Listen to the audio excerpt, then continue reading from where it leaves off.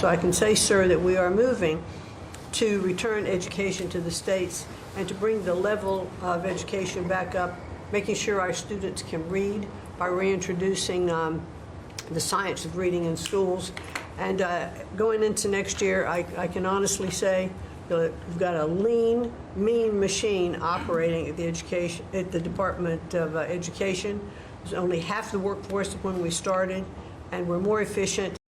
That was Education Secretary Linda McMahon earlier today at President Trump's cabinet meeting, and she joins us now to talk more about it. Education Secretary Linda McMahon, wonderful to see you. Thank you very much for being here. You are a very busy woman. You had a cabinet post in the last, while you were head of the SBA last administration, the first Trump administration. This one seems to make that job pale in comparison compared to what you were outlining. Is the goal still to eliminate the Department of Education?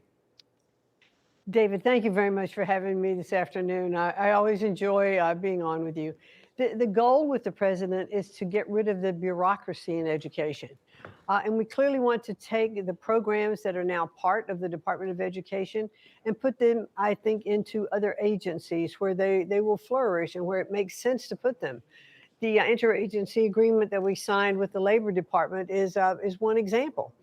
We put the work of this department that deals with WIOA and with with other grant programs, and we have already been able to draw down on those grants and distribute them to over 35 states because the technology that's at the Labor Department is superior to what's at the Department of Education. Department of Education's technology for grants is, I've heard it described as held together with bubble gum and rubber bands. Right. And so why wouldn't we put this program over, into a different agency where it can operate well? And some of the criticism, especially that I know we're probably going to talk about Senator Warren, but part of her criticism was, why would we put programs in other agencies that don't know anything about what we're doing? Well, here's how that works. You do the interagency agreement. We detail people from the Department of Education.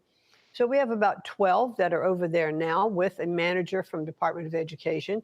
It comes out of Department of Education's budget. We manage it. We oversee the people who are there. Then we integrate with the people at the Labor Department, and they are learning as well. So it operates a bit like a merger. So there are efficiencies in that. And we develop expertise on both sides. So it's clearly not just taking something, sticking it over and expecting someone else to run it. Well, let me just ask you, if I could interrupt just for a second here, because is it conceivable, because I didn't get a precise answer to my question, is it conceivable that you will be able to transfer enough of these grants to other agencies that we can close down the Department of Education for good? To close down this building and Department of Education, yes, that is the goal, but we are returning education to the states. Now, the funding will still, Title I funding will still flow, IDEA funding will still flow. It'll just flow through a different agency like it did before there was a Department of Education. Both of those programs were in effect before there was a Department of Education. Now, a couple of organizations, actually, I'm thinking of the American Federation of Teachers and the National Education Association, the teachers' unions, must hate this idea because they have, through the generosity of taxpayers, even if they didn't know about it, these agencies, these teachers' unions were getting paid a fortune directly from the federal government, particularly during the pandemic when we saw $189 billion in COVID funds going directly to K through 12 education, which would be a great thing if we know exactly how it was spent.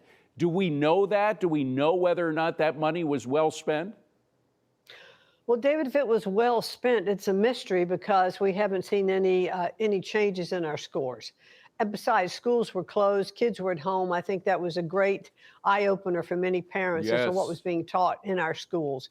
And so I think that was a failure. And we have failed. We have failed our students.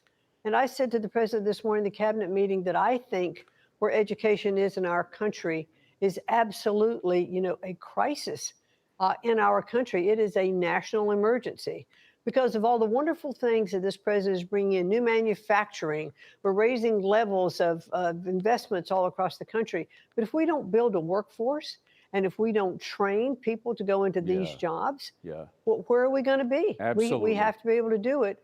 And you probably know this stat, but only 30% of high school students, of high school seniors, eighth graders and fourth graders are reading proficiently. 30%. Well, I was a And junior high college- school teacher. I don't know if I ever told you that. In Chicago, in a place called Cabrini Green, one of the worst places. They had to tear it down. It was a public housing project. One of the things I noticed were the very bad students didn't have the parent input that the very good students did. And of course, a lot of people who favor school choice say that would give parents a bigger stake in their kids' education. Is there something the federal government can do to encourage states going the way of giving choice to parents as to where they put their children? I know, again, the teachers union hates it because that could include charter schools, which are non-union, but can the federal government do anything to encourage that process?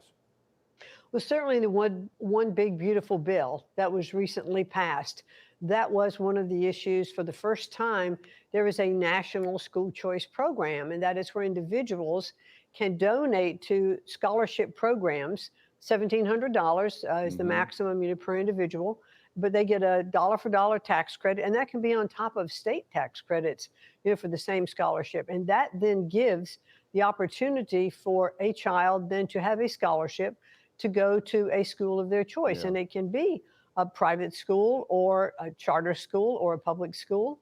And I think that is one of the best things that happened in the one big beautiful bill. Yeah, yeah. Well, you're going to be disappointed to know that we're not going to be able to talk about Liz Warren because we've run out of time because you had so many more things of substance to talk about. Linda McMahon, great to see you. Can keep up the good work. We really appreciate what you're doing. Thank you very much. Thank you, David.